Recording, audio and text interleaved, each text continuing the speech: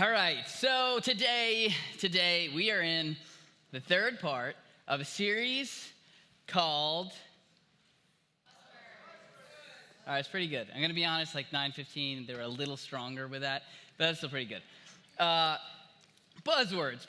Now, if you don't know what a buzzword is, it's a word or a phrase that gets popular in a specific context, sometimes at a specific time, right? So a few weeks ago, I talked to you about boat people. Boat people have a lot of buzzwords, and you realize it if you're not a boat person and you go on a boat with a boat person. Like, there's all these terms, there's all this stuff you got to do, and it can really make you feel like an outsider amongst a group of insiders, right? If you're on the inside and you know all the buzzwords and you know like what's supposed to be done, right? There's a sense of comfort. But when you're on the outside, it can feel like everybody else knows what to say and what to do, and here I am, like, just totally clueless. If you are into football, right?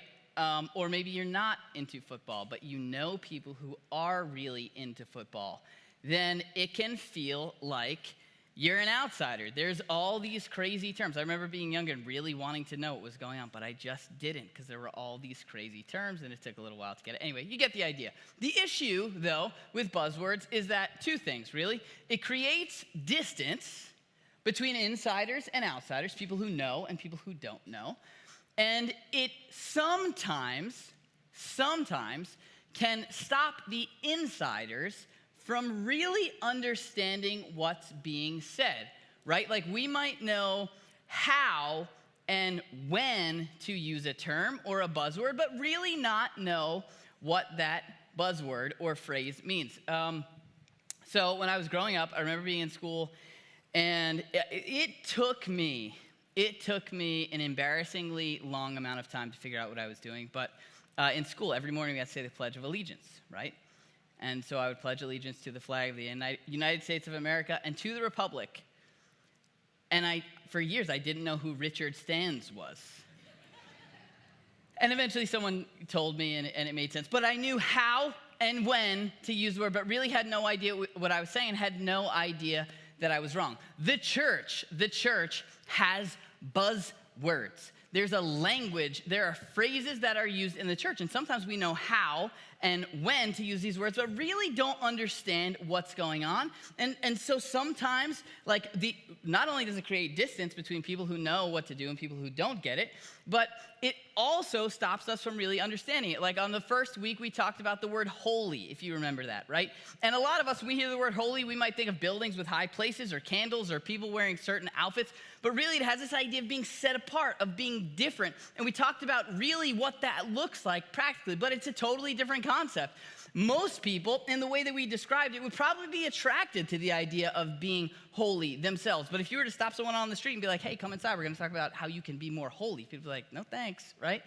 Last week we talked about sin.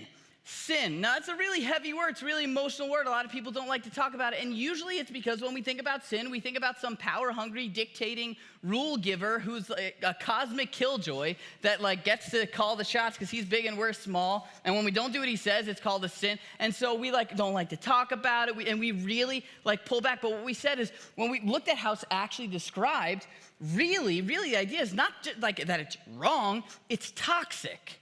It's toxic. It's damaging to us. Like, my kids, is it wrong for them to play in the middle of Montauk Highway? Absolutely, it's wrong. But it's because I am concerned for them. So we unpacked these ideas. And as we've been doing over the past couple weeks, talking about these buzzwords. Now, here's what I want to ask you today. Ready? What's the difference between somebody whose faith or beliefs or religious involvement brings them joy, like genuine happiness, and somebody who does not have that same kind of joy? What's the difference? Like, there are some people who have found their beliefs to be freedom from shame, right? We spent like 5 weeks talking about shame. Freedom from shame.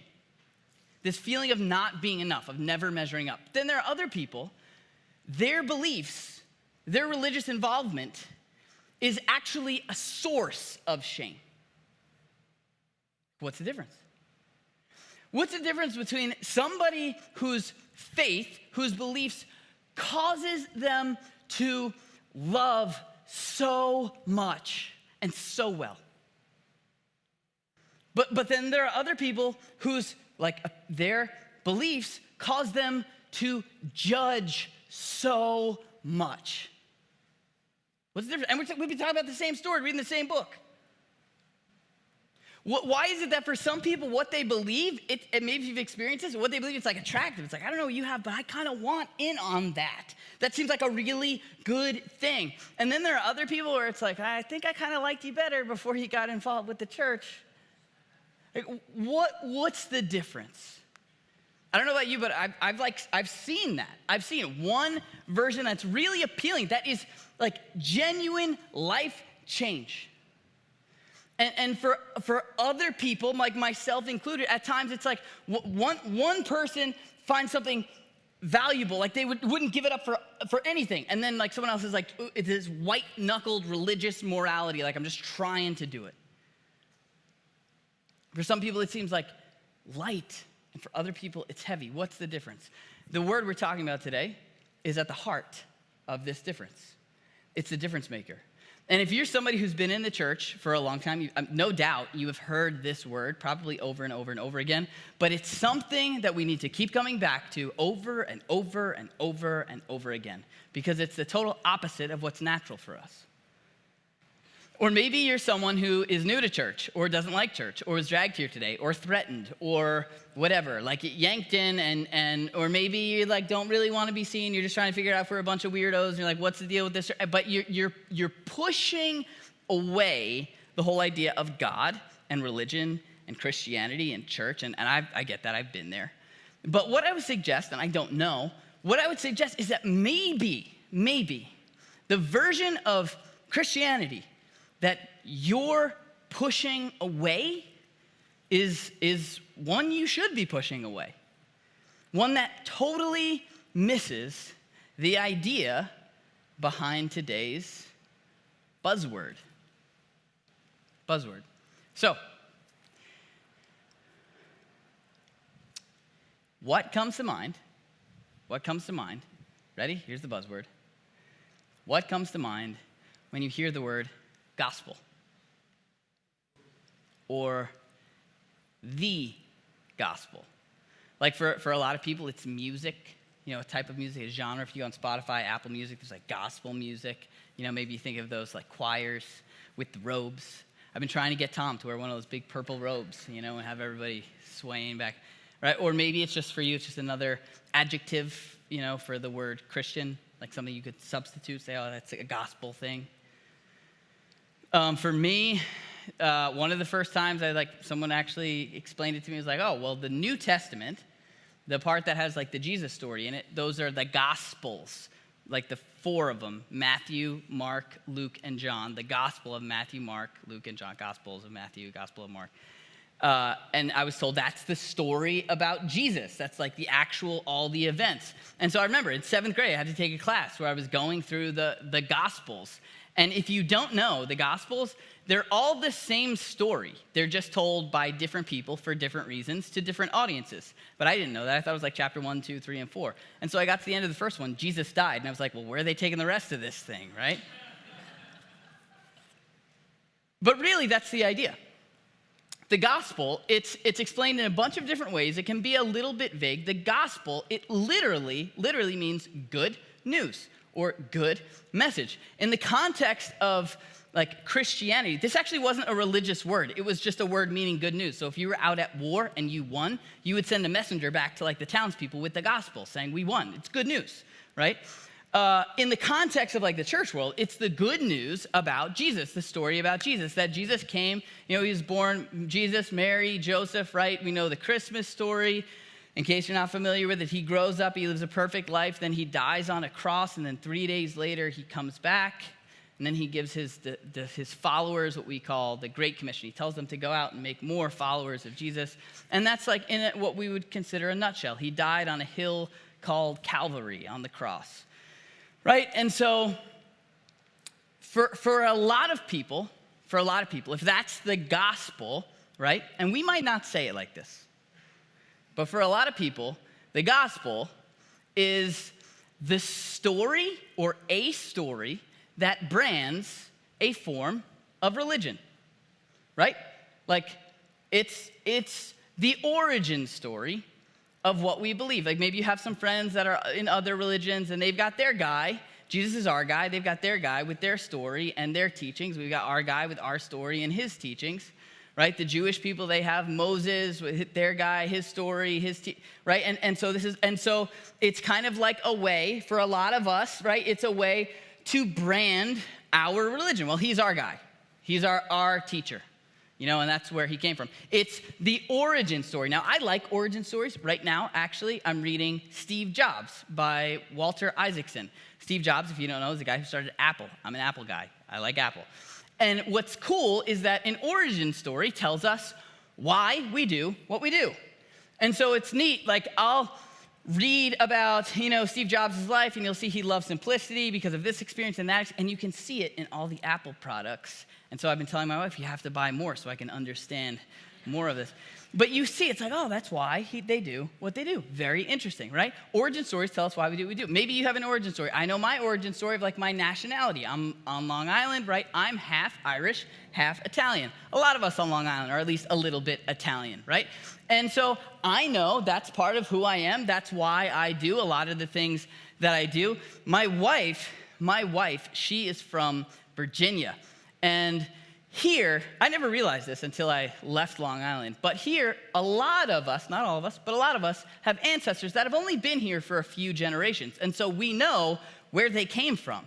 And it's a big part of who we are. It's why we do what we do. My wife, I met her, I'm like, hi, how you doing? Like, I'm Lou, and I'm half Irish and half Italian. But the Italian kind of like dominates, my home. And what that means when you come to my house is like dinner, that's a really big thing, especially Sunday dinner and holiday dinners, right? We're gonna be at the kitchen table or dining room table for like 4 hours.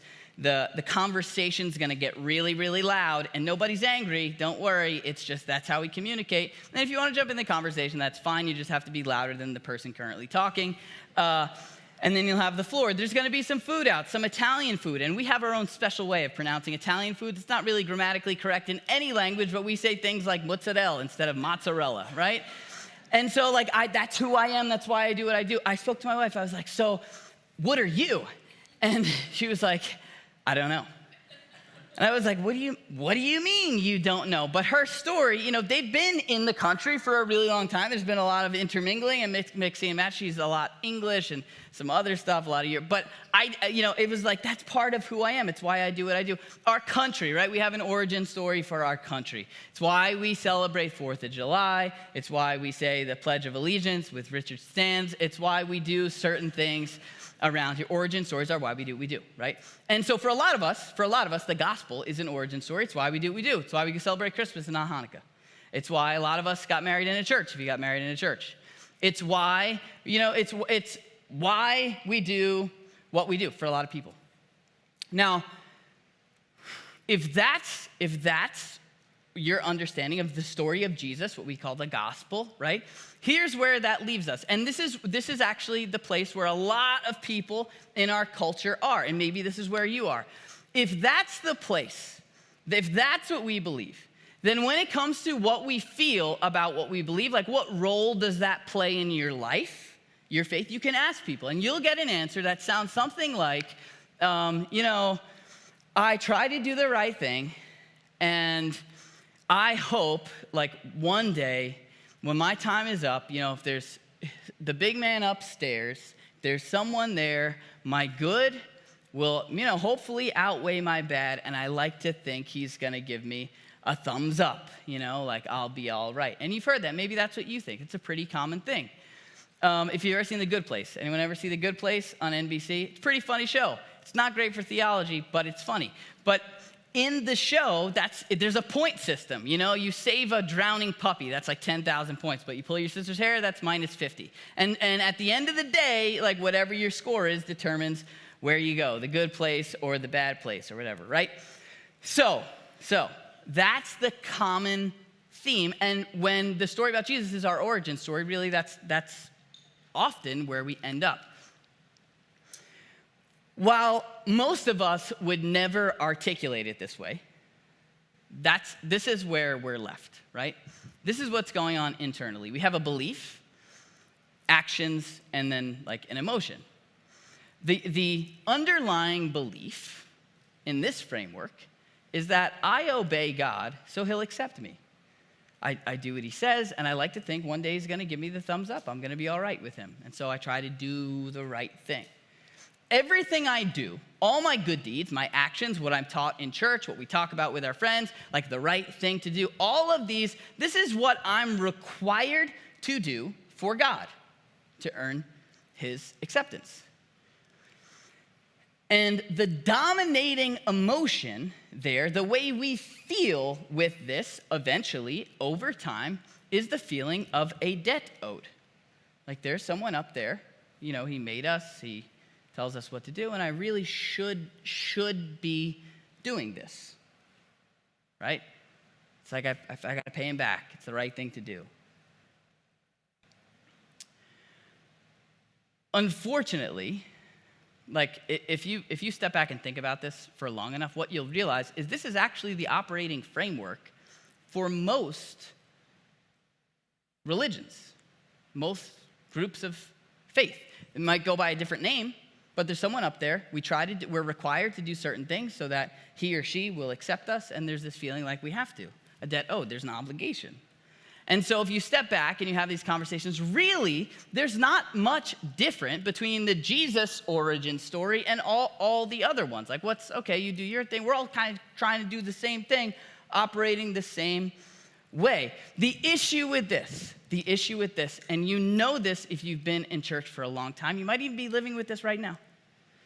If you work and work and work and work to try and earn someone's acceptance, and you can't because the standard seems too high, eventually it starts to feel heavy.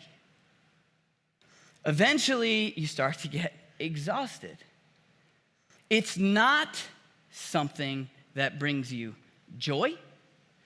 And like we talked about shame a few months ago, how it's this feeling of not measuring up and therefore not being worthy of acceptance, it brings on shame.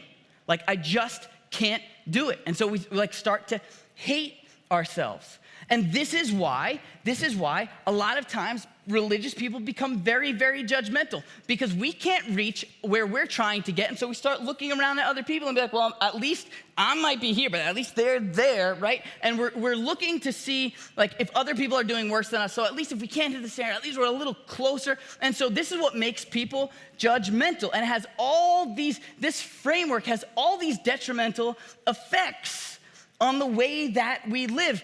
And what's even worse and scary about this is that the more you devote yourself to this model, the more shame and guilt that you tend to live with.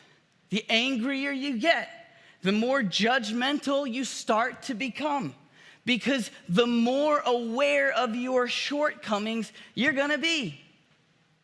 This is not a good place. This is something I went through. I came to a point in my life around college where I was like, I really want to start taking my faith more seriously. And what I meant was, I'm going to do this harder. And I just started to feel anxious all the time. I went to talk to somebody about it, and they looked at me after they heard me talk for a little while. They're like, do you hate yourself? Because it was like, I just felt like I couldn't ever measure up. But the good news is that all of this, that's only true if the whole Jesus story is simply the origin of what we believe. If it's simply why we do what we do. We've talked a lot about an early church leader. His name was Paul. And this whole idea of the gospel, he was obsessed with it. He said that he made his life's aim, his life's goal, to just tell people this. All he wanted to do. He traveled everywhere, all over the place, walked hundreds and hundreds, probably thousands of miles just to tell people this. It was a really, really big deal for him. Once he started a new church in a community, shared this with them, and then other people came in and like corrupted the message. And he wrote them a letter. It's the angriest letter, like definitely in the whole New Testament, maybe the angriest letter you'll ever read. But he like wishes castration on these other religious teachers. He's furious because they're corrupting this gospel, this story. And so the question is like, well, why? Why? Like, what's the big deal? Why does he like it so much? Why is he so into it? Why does it get so defensive when people start talking about it? It's because for him, it wasn't just the origin story. Here's what he said. He said, I am not ashamed. It doesn't mean he's gonna like shove it down everybody's throat. He's saying, I will not shrink back from the gospel. I'm not ashamed of the gospel, the good news. He says, because it is, not the origin story, not like how we know the kind of life Jesus lived. He says, because it is the power of God that brings salvation to everyone who believes. Now, that's a little clunky. There's a lot of buzzwords in there, right? But what he's saying here, if we like pick this apart for just a second, this word for power here, like don't think like kaboom, power, explosion. It has more of the idea of to be able to. So power is an accurate translation, but it literally means for something to be able to. This word for salvation, if you've been in the church for a long time, when you hear salvation, you probably right away think heaven. Like one day we're gonna go to heaven, right? But this word for salvation, it's a generic word that means to rescue or to deliver or to like step in and help someone from what they're currently suffering from. So it would, if we use this word the way they used it back then, it would be totally normal for me to say, I'm sick and I'm going to the doctor for salvation. We don't say that here, but that would be the normal usage of this word. So you step back for a second, and it's to everyone who believes. You step back for a second. What he's saying, like, is that this good news, he's not gonna shrink back from telling people this good news because it has the ability, like it is the way God steps in and rescues people, like delivers them, helps them, changes them. What he's saying is that this message itself, it's not just like, oh, nice, like so you know the backstory. It's like, no, this message, when you believe it, something about you changes, and it changes the way that you live. There's something powerful. It has the ability to actually change your life. So I don't know, if you're like me, like I don't like to just take things that service value. So I'm like, okay, what does that mean and how, right? How? Well, this verse here, it's right at the beginning of this letter that he wrote to a church in Rome. He loved these people. He really wanted to visit them. He did not have the chance to, though, up to this point, because he wanted to tell them all about this Jesus story, this good news, which he loved so much. And because he couldn't get there, he wrote them a letter, kind of like appetizer to hold them over. And he goes into a lot of things. And what he explains is that basically we've all got issues, right? Which I think we could probably all agree with. He's like, we've all got issues. We're all falling short. He's like, some people, it's very, very obvious that they're falling short. We all know it. They know it. No one's hiding it. Like then there are people that they've got issues, but they're better at hiding it because they're like moralists. They like to judge other people, but if they're honest, they've got just as many issues. And then there are other people that have issues, but they think their issues aren't that bad because of their religious affiliation. And so they think that they're good. But at the end of the day, we all have issues. We all are falling short, right? This concept we talked about last week, this whole concept of sin.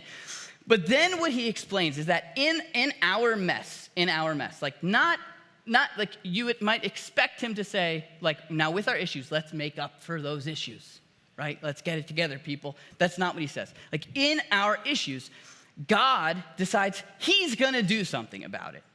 And so Jesus steps into the story and in a display of his love for us, gives us everything. Like puts himself on the line willingly for us because to him we were worth it. To him we were worth it. He explains it as if Jesus were paying a debt. Like a debt was being paid for us. And it came at great cost to him. It wasn't just like, I was like, okay, forget about it. No, like Jesus dying on the cross, like the cross so many of us wear around our necks, it like, not only is it an expression of his love, but it also shows like the damage of sin, like the toxicity of what we talked about last week, how ugly it can get. And so he like steps back, he comes to this conclusion. He's like, okay, so what do we say to this? What do we say to this? If what else does he have to do to prove to you that he is for you? If he would step in himself, pay your debt, give everything for you, what else does he have to do to prove that he's on your side? He says, what do we say? If God is for us, who can be against us? It's this feeling like a debt has been paid. And then he urges them to respond from that. In light of the fact that there is this God who is for them. What he's saying here, the argument that he's making is that the gospel story, it's not why we do what we do. Like, fun fact, here's actually the backstory about this. No, he's saying it's how we do what we do. It is the fuel in the tank. It's what empowers us. And here's the belief. Remember like all that deliverance, salvation, help, like life change, it comes from believing. What are we believing? What's the belief? Here it is. It's the belief that God, watch it flips, God accepts me. So I obey him. Like, he's proven that he's in my corner. I want that guy to be the one who's gonna tell me what to do because he's proven that he's looking out for me. And so our lives, like what we do, our actions, the teachings, how we try to live this out, it's not like we're trying to meet God's requirements, not the requirements of what we could do for God. Instead, it's my response to what God has done for me. It's a response of gratitude. And you know this, if you've ever been in a relationship before where someone just, maybe it's a friendship, maybe it's romantic, but they just give to you, and you, like, the natural reaction is to be like, what can I give to you? Not because you have to, but because there's an overflowing feeling of gratitude, and the dominating emotion is not a debt owed, it's a debt paid. Someone stepped in and took care of you. And that totally changes what motivates us. That's what has the power to change us. That is the difference maker. That's the difference between a light religion and a heavy religion. It's the difference between an obligation and a privilege. It's the difference between like someone who is motivated by love and someone who is constantly looking to judge other people. It's the difference maker because it feels like our way has been paid. Like there is someone in our corner who cares about us. There's constantly this language in Paul's letter to the church in Rome, and also to another letter we call Galatians. In another letter we call Galatians. It's constant language of slavery. And I used to hear that and be like, what is he talking about? Slavery, like with chains, if you know like Amazing Grace, there's all these songs talking about chains falling off. Like what, whose chains? What's going on, right? What he's talking about is fear.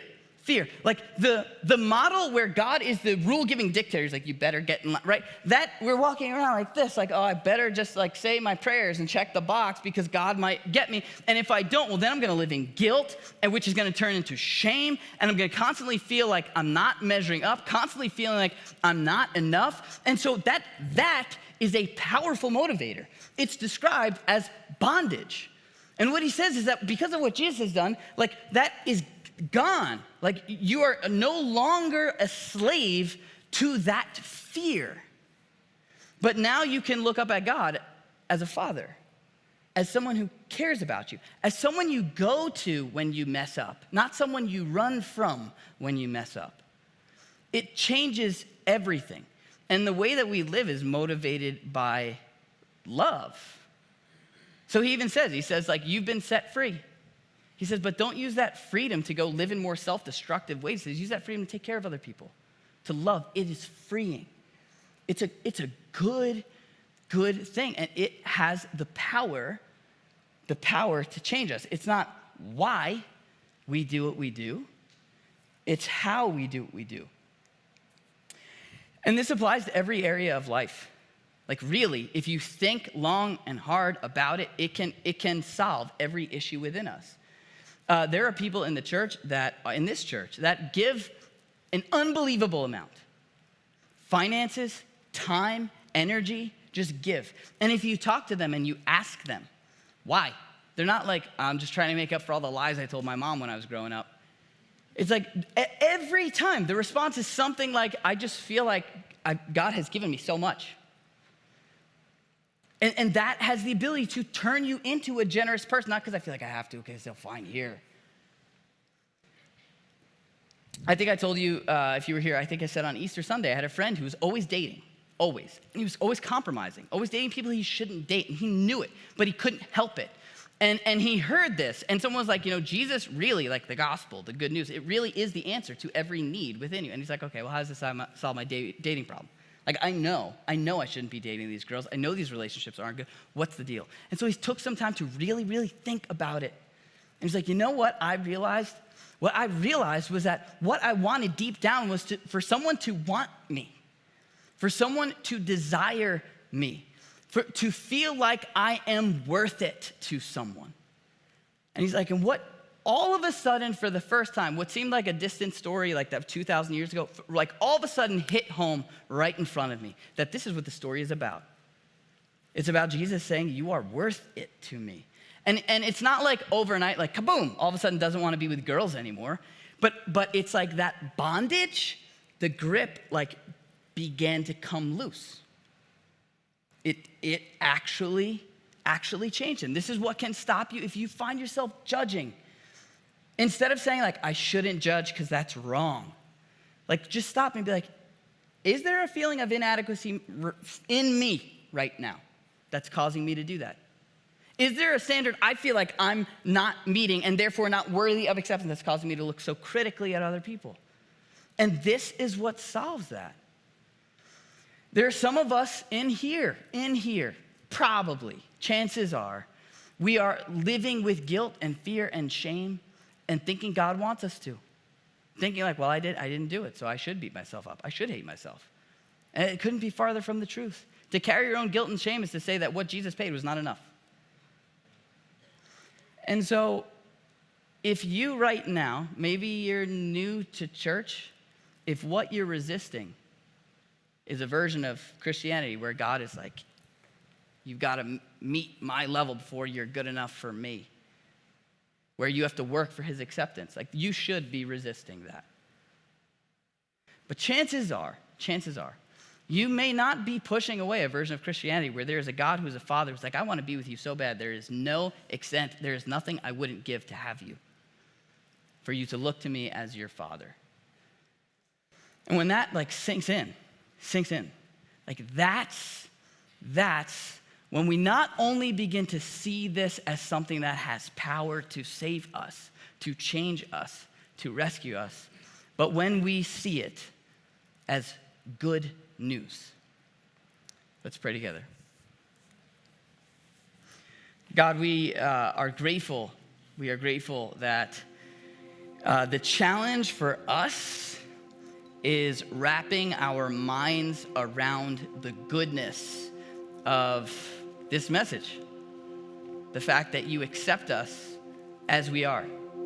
And that acceptance, that love will change our hearts and motivate us to live differently, to live lives of gratitude as people who feel as if their debt has been paid. Not that there is a debt that's owed. And so God, would you over and over and over again, this is not a message that needs to be heard one time, it's one that we need to remind ourselves of every day, that we are enough for you, not because of how we perform, but because of what you did for us. Would you allow that to sink in? Help us to see that as the good news that it is, and to call out to you, our good Father, for as good as you are. In Jesus' name we pray.